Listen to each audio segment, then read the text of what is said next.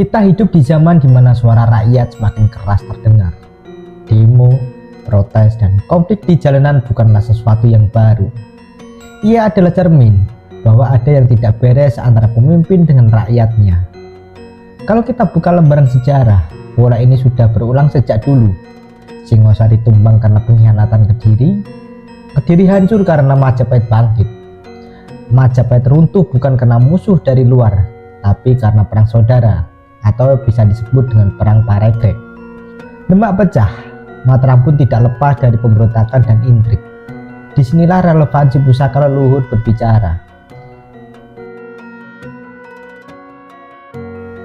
Kali ini kita akan membaper sebuah pusaka yang syarat makna, sejarah, dan sosial. Sebuah keris agung yang lahir bukan hanya dari tangan seorang empu, tapi juga dari kegelisahan rakyat di zamannya. Pusaka Sengkelat Teluk 13 Pamor Pendaringan Kebak, Tangguh Mataram Sultan Agung.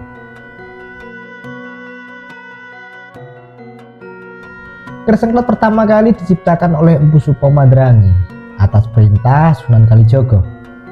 Sunan Kalijogo adalah seorang wali yang terkenal dekat dengan rakyat kecil. Menghadirkan keris ini bukan semata-mata sebagai senjata, melainkan sebagai lambang perjuangan sosial. Nama Sengkelat berasal dari singkatan Sengkel Ati atau Sengkeling Ati, yang artinya jengkel hati, kecewa, bahkan marah. Keris ini adalah representasi dari suara hati rakyat kecil yang tidak puas dengan penguasa masa itu. Kisah pertarungan antara Sengkelat, Sabu Inten, dan Nogososro sesungguhnya hanyalah kiasan.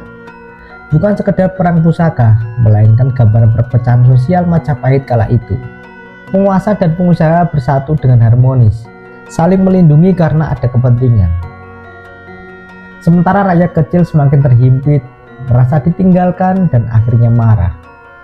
Kemarahan itulah yang diwujudkan dalam keris Sengkelat, sebuah simbol pusaka perlawanan, pusaka kegelisahan, sekaligus pusaka pengingat bahwa suara rakyat tidak bisa dibungkam.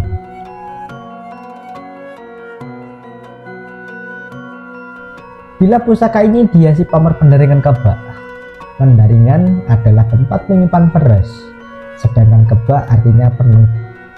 Bayangkan sebuah lumbung beras yang penuh, itulah simbol kemakmuran, kecukupan, dan kesejahteraan rakyat. Seorang raja sejati, seorang pemimpin sejati adalah mereka yang memastikan bahwa rakyatnya kenyang, tentram, dan hidup dengan damai. Jika kita bicara tentang pusaka, maka kita tidak bisa melupakan masa keemasan Mataram di bawah kepemimpinan Sultan Agung Hanyokrokusumo. Pada masa itulah dunia perkerisan mencapai titik yang luar biasa. Bayangkan, di masa itu masyarakat umum diberi kebebasan untuk memiliki keris. Para empu diberi ruang seluas-luasnya untuk berkreasi, melahirkan karya-karya agung yang kelak menjadi warisan adiluhung. Pasukan keris Tangguh Mataram menjadi sangat beragam karena setiap empu membawa ciri khas daerahnya, lalu dipadukan dengan era Mataram Sultan Agung. Maka bisa dikatakan pada masa itu Mataram adalah surga bagi para empu keris.